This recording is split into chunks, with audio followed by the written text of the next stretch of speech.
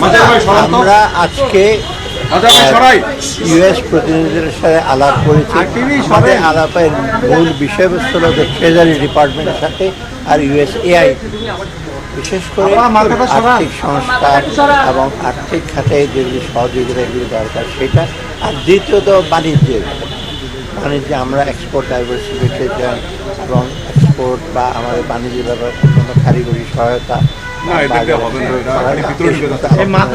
বলেছে। আমরা ডেফিনিট কর্ম পরিকল্পনা নিয়ে আমরা এগুবো, এগুলো তারা এবারে সহযোগিতা করার আশ্বাস দিয়েছে।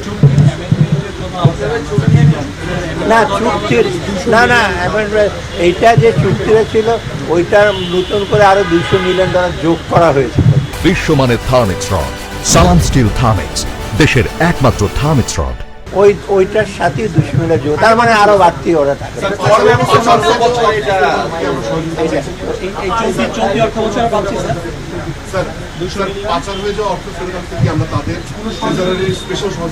এইগুলি সব আলাপ হচ্ছে, আমরা পরে এগুলো আরো ডিটেল